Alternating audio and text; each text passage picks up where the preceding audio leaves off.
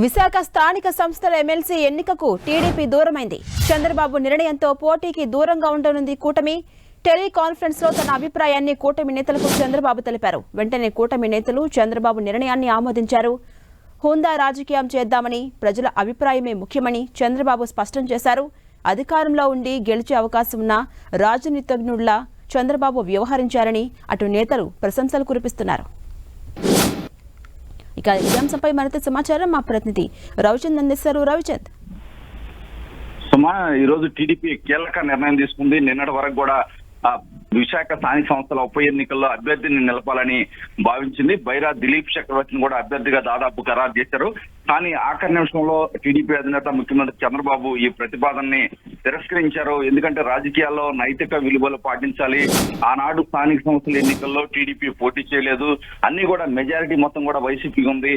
కానీ ఇప్పుడు అందరూ కూడా ఇటువైపు చేరుతున్నప్పటికి కూడా ఇది సరైన పద్ధతి కాదు, రాజకీయాల్లో మంచి సాంప్రదాయాలు ఉండాలని చంద్రబాబు టెలికాన్ఫరెన్స్ లో మిత్రపక్షాల నేతలకు కూడా తెలిపారు. వారంతా కూడా చంద్రబాబు నిర్ణయం పట్ల హర్షం వ్యక్తం చేశారు.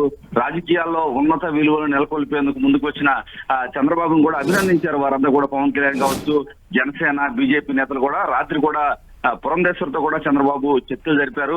సుదీర్ఘంగా చర్చల అనంతరం అందరూ కూడా ఒత్తిడి చేసినప్పుడు కూడా చంద్రబాబు పోటీ చేయకూడదు, ఎందుకంటే నైతిక విలువలు పాటించాల్సిన అవసరం ఉంది. ఏదైతే పాలక పార్టీగా వాటికి పునాది వేయాల్సిన బాధ్యత నా మీద ఉందని చెప్పి చంద్రబాబు చెప్పడం జరిగింది. ఈ నేపథ్యంలోనే అనూహ్యంగా ఆఖరి నిమిషంలో తమ అభ్యర్థిత్వాన్ని అంతా విత్డ్రా చేసుకున్నారు. పోటీ చేసే ఆలోచన లేదని చంద్రబాబు చెప్పిన ప్రతిపాదనకి మిత్రపక్షాలన్నీ కూడా ఆమోదం తెలిపాయి. విశాఖ జిల్లా నేతలు కూడా అది అధినేత ఏ నిర్ణయం తీసుకున్నా దానికి కట్టుబడి ఉంటామని ఇప్పటికే ప్రకటించారు. ఎందుకంటే గెలుపు అవకాశాలు చాలా స్పష్టంగా ఉన్నాయి. ఎందుకంటే స్థానిక సంస్థల ప్రజాప్రతినిధులు మొత్తం కూడా మూకుమ్మడిగా కూటమి వైపు చేరుతున్నారు. జనసేన గానీ టీడీపీ, బీజేపీలో చేరుతున్నారు. ఈ నేపథ్యంలో గెలుపు సునాయాసంగా ఉంటుందని నేతలు విశాఖ జిల్లాకు చెందిన శాసనసభ్యులు కావచ్చు అందరూ ఒత్తిడి తీసుకొచ్చారు. 6 సభ్యులతో చంద్రబాబు ఒక కమిటీని కూడా ఏర్పాటు చేశారు.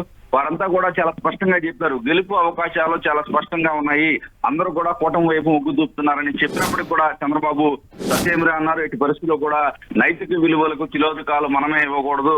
మనం ఒక ఆచరణ ఏదైతే ఇలాంటి అంశాలు మనం సమాజంలో ఆదర్శంగా ఉండాల్సిన వ్యక్తులు అని చెప్పి చంద్రబాబు వారందరికీ కూడా హితబోధ చేశారు. ఎట్టకేలకు కూటమి తన ఫీల్డ్ లో లేకుండా ఎందుకంటే స్థానిక సంస్థలలో పోటీ చేయకూడదని నిర్ణయం అయితే తీసుకుంది. Right, thank you Ravichand.